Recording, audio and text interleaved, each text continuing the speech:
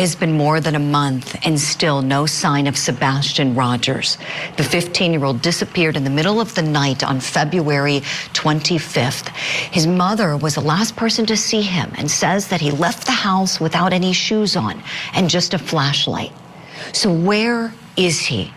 Searchers continue looking for Sebastian, and this morning we have a very special guest joining us on the program, Sebastian Rogers' biological father, Seth Rogers. Seth, good morning to you, and might I just start by both saying thank you and just that my heart and the hearts of all of our wonderful viewers really go out to you. The agony that you're going through, I can't even imagine.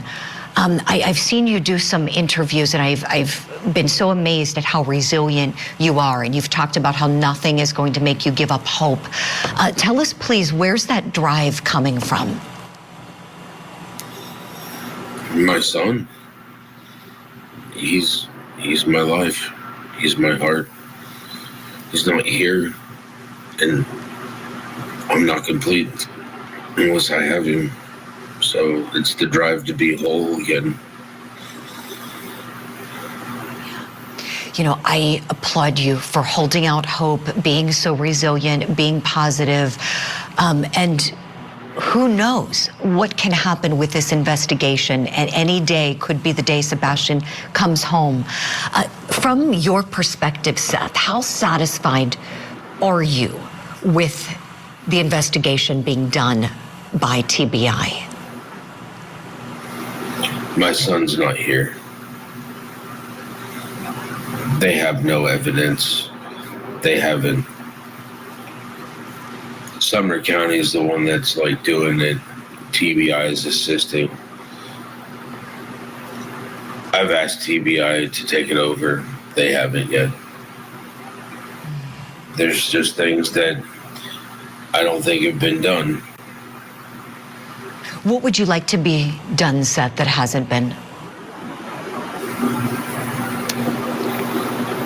I have a list of stuff, but I don't know if they've done it or not. I mean, there's been questions that have been asked and things that have been answered.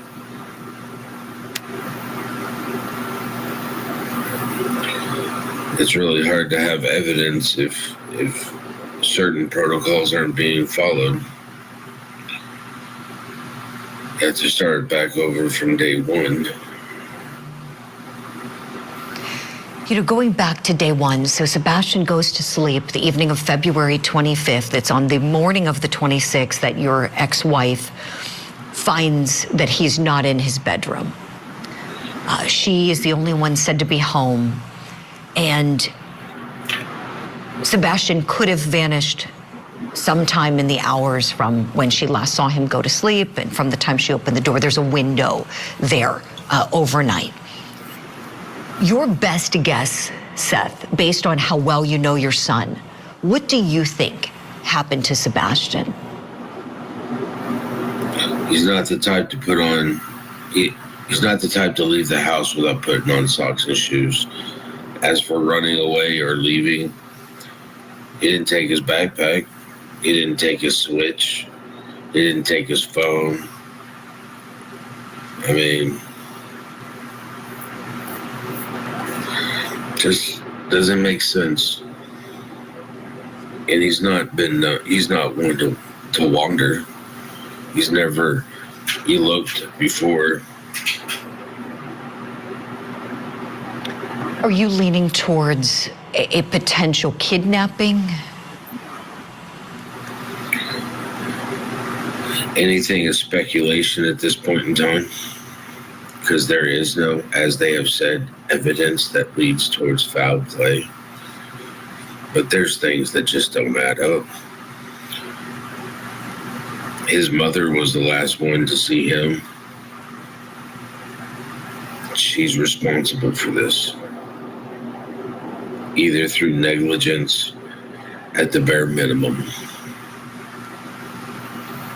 Has she been a good mother to Sebastian?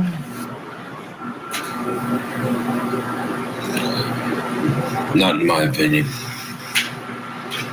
This is the third time that there's an issue.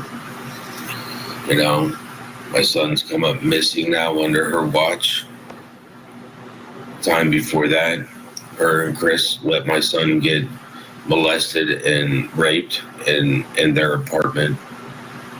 And the time before that, I did a well care check because she let a known sex offender who, yes, did their 9 years in prison, but she left my son around that person. You don't do that. If you're a parent, you don't do that. You're supposed to protect your kid. You don't put them in where they can get in any type of harm's way. Seth, you said something very upsetting, very shocking, and I just want to go back just a moment. You said that your wife allowed your son, Sebastian, your ex-wife, I should say, your ex-wife allowed Sebastian to be in a situation where he was molested and raped? In California. And Chris in her apartment. They let a child who was 5 years older than my son play with my son and didn't bother to check on him there neither. And he lost his innocence because of it. Seth, I'm so sorry to hear this. I'm so sorry to hear this. No child should be subjected to any kind of abuse whatsoever. Sexual abuse can be especially traumatic for a young child. Is this something that Sebastian has struggled with since then? Yeah, I finally was able to actually start getting him therapy for it last year. The fact is that they weren't doing the correct thing clear in California. And it's just last year finally getting him help because he's a victim. And now I'm finding out not only was, he was a victim of that, he's a victim of not getting the help he needs. And, I've listened to some of their podcasts where they make fun of him, make fun of his dancing. Chris obviously has this thing about corporal discipline with him, and it's not good. It's just, Seth, I'm so sorry. I need to find my son, right? And he's going to need extensive therapy now to put him back on the right track. Yes. Was Sebastian the one who told you about the sexual abuse that had happened? His mother did, and my son did. This happened in California, so Sheriff's Department, CPS was involved. Sheriff's Department was involved there. They wouldn't give me the kid's name, his last name, but at least the only thing I was able to do there was put the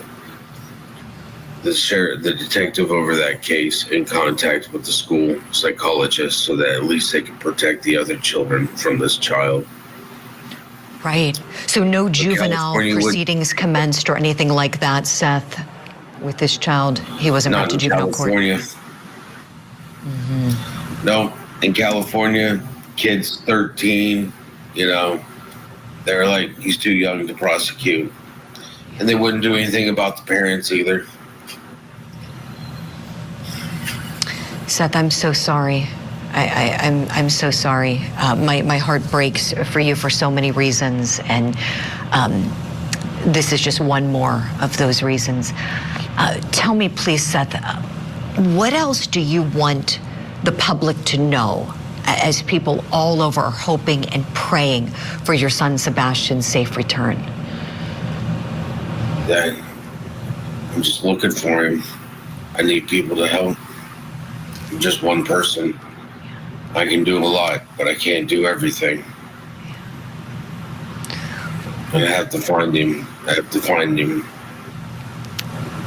Absolutely. You have to find him.